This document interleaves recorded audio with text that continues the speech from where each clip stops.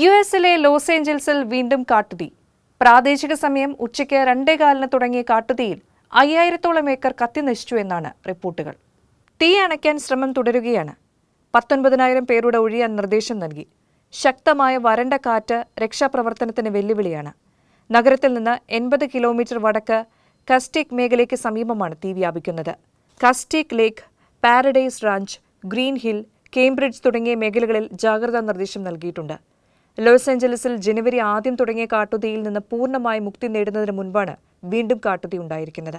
ശക്തമായ വരണ്ട കാറ്റുള്ളതിനാൽ തെക്കൻ കാലിഫോർണിയയുടെ ഭൂരിഭാഗവും പ്രദേശവും കാട്ടുതീ സാധ്യത മേഖലയെ മുന്നറിയിപ്പ് നൽകിയിട്ടുണ്ട്. തെക്കൻ കാലിഫോർണിയയിൽ 1000 അഗ്നിശമന സേനാംഗങ്ങളെ വിന്യസിച്ചതായി California department of forestry and fire protection അറിയിച്ചു.